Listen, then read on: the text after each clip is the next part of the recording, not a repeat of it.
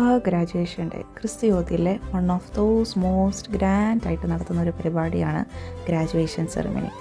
അങ്ങനെ ഞങ്ങളുടെ 2 വർഷത്തെ PG പഠനകാലം ഇതോടെ അവസാനിക്കുന്നു എന്ന് ഇൻഡിക്കേറ്റ് ചെയ്യുന്ന ഒരു സെറിമണി. കഴിഞ്ഞില്ല, അവസാനിക്കാൻ പോകുന്നതേ ഉള്ളൂ. അങ്ങനെ ഞാൻ ഇതൊക്കെ ഇങ്ങനെ എഡിറ്റ് ചെയ്യാൻ നേരത്ത് എൻ്റെ മനസ്സിൽ വന്ന ഒരു തോട്ടാണ്. അതായത് നമ്മളുടെ കൂടെ എല്ലാവരും എപ്പോഴും ഉണ്ടാകത്തില്ല. ആൾക്കാർ നമ്മുടെ ജീവിതത്തിൽ ടെമ്പററി ആണ്.